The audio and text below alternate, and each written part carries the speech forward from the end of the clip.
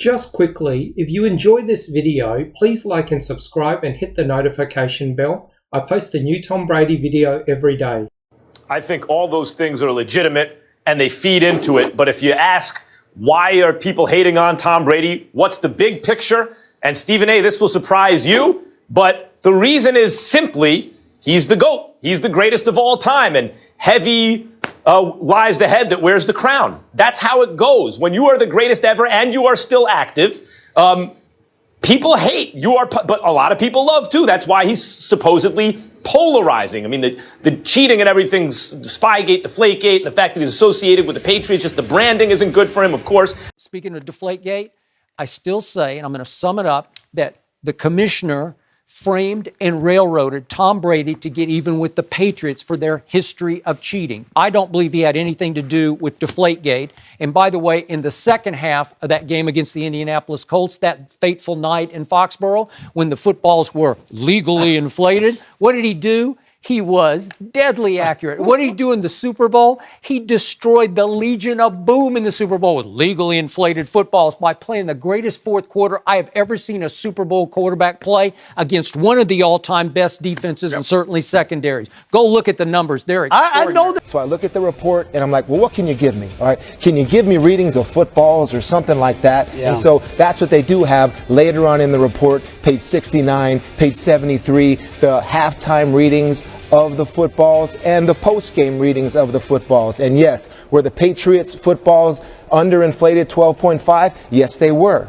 Now, there were 8 total Colts balls tested also. 4 at halftime, 4 random balls after the game. So 8 total balls. 6 out of those 8 were under 12.5. All right, one was at 12.1, one was at 12.5. So we're talking about the deflation of not only the Patriots balls, but also the Colts balls. So there's a lot of scientific information in the report that you have to go through, that you have to read. And all of that still, you're looking for some type of information until there's something that says on page 112, our scientific consultants ultimately informed us that the data alone did not provide a basis for them with absolute certainty whether there was or was not tampering. I'd like to ask the officials some questions. All right, what were the definite readings of the balls? I mean, those weren't recorded. The halftime readings were recorded. The post-game readings were recorded. Were all of you think this happened naturally? I do. Without were all of the Patriots balls, were they at 12.5? Yes. Were some at 12.4? Were some at 12.3? Now, the Colts, assumingly, they were at 13. That's where they like their balls. So if another ball is at 12.1, that's almost a pound of deflation during the game. When Peyton Manning was still playing not that long ago and before the real decline, where he was clearly not under pressure, which is why Brady's greater, but in every other instance, regular season, let's call him the greatest regular season player ever, Peyton Manning, by far. Like, it wasn't close. No one around the league in the regular season be like, yeah, Brady's better than Peyton, because he wasn't in the regular season. He gets that extra credit for the playoffs, and that's a lot Belichick, and that goes to your point. But when Peyton was on top, I didn't notice this kind of hate for Brady, because I noticed a little more hating on Peyton, to tell you the truth, by many. Because he was perceived as the best. Now Peyton's gone. There's, Aaron Rodgers is better, but he doesn't have the resume or anything like that. Brady is almost the undisputed greatest football player ever, certainly quarterback. Look at the resume. And so he attracts attention and therefore some hatred. People hate on the greatest. It happened to Michael Jordan. It happened to Muhammad Ali when they were still at their best. This is how it goes. I don't know, It's Max. actually compliment to Brady. Skip's always got my back, and then I turned you, and I'm like, why is he always, hold on, that's my guy. Always hating on the Patriots. I love I've been Shannon. trying to win some dude. He always betting on you and the Cowboys. So the only way I can win some dude is to bet against you. And I built a swimming pool full of dude because I've lost. I've lost like 30 cases in the last playoffs. If I have to listen to any more sportscasters, to all people on TV, sucking Tom Brady's for the... Right? I get it. He's the greatest, the GOAT, whatever. It's just like, please, Mahomes, beat this. Please. I'm so tired of listening to how great Tom Brady is.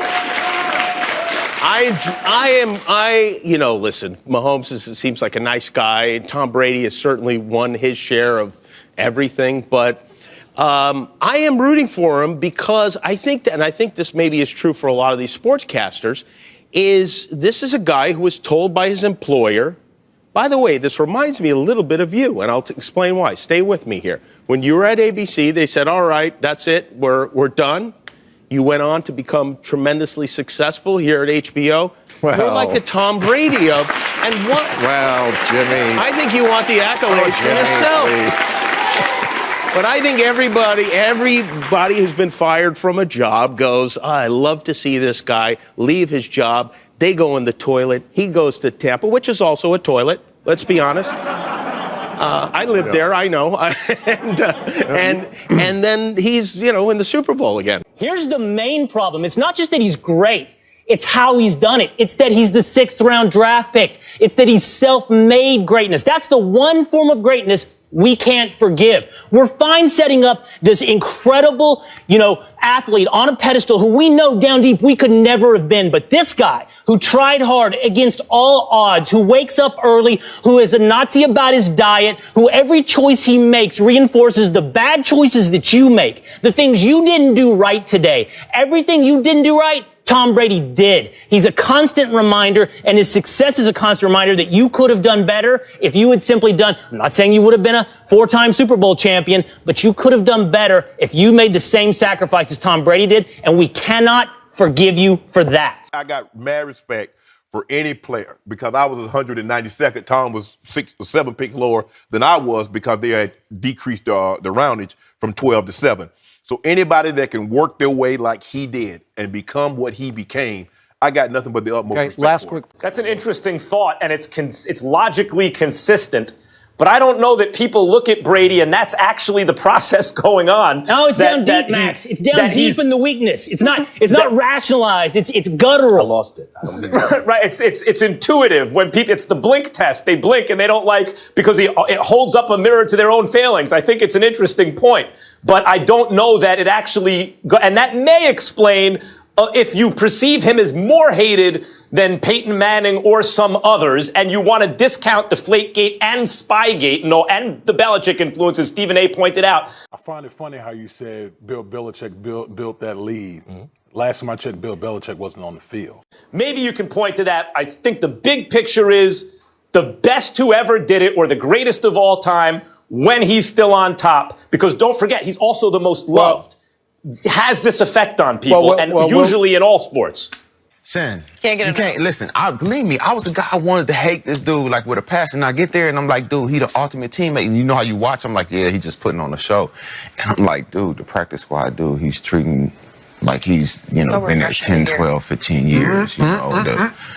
So would you rookie. say? I'm like, oh my is God. Tom Brady the truth? I think he's the truth. Hey man, he the truth. I'm not gonna lie, he the truth. How many gifts he gave you? Ultimate. How much he paid you to He ain't paid me nothing. Believe me, listen. I told him in the locker. I told him like he's getting taped, right? He's sitting on the thing. He's getting taped, and I was like, I wanted to hate you when I got here. What'd he say?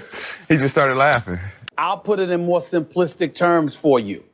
The fact that you've had Belichick your entire career is enough of a reason for people to be envious of Tom Brady. Because what happens is you have the benefit of a great coach who's great with his system, that somehow, some way is able to maximize the potential of all those around him. And as a result, has elevated himself to such a level of greatness that when you find yourself not being the beneficiary of such components, it does vex you, because you find yourself literally looking at that situation and saying, I couldn't be that. If I had that coach, if I had that system, if I had those players, I couldn't pull that off. I'm bringing up the 7 years, 6 of them, no playoffs. Bill Belichick, when he took over the New England Patriots, the year before he took over, they were 8-8.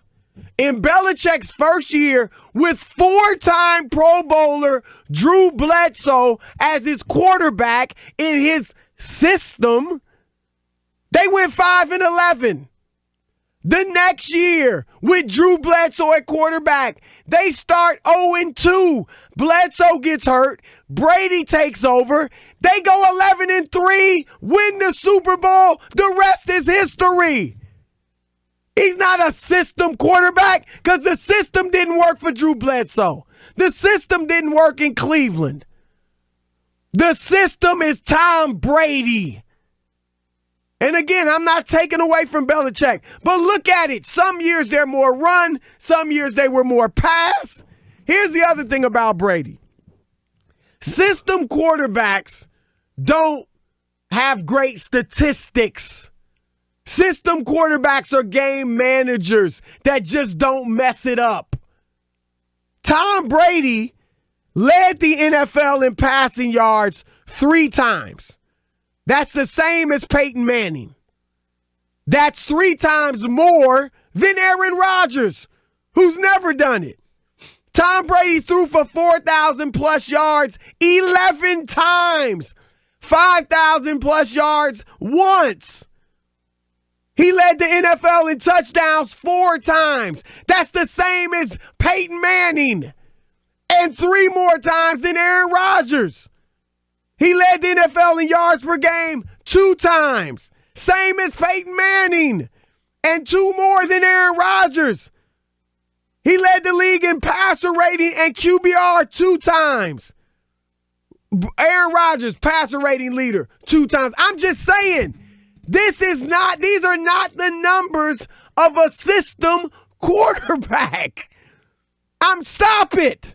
That's it for this video. I post a new Tom Brady video every day, so please like and subscribe. That way you'll always have a new Tom Brady video to watch every single day. Thanks for watching.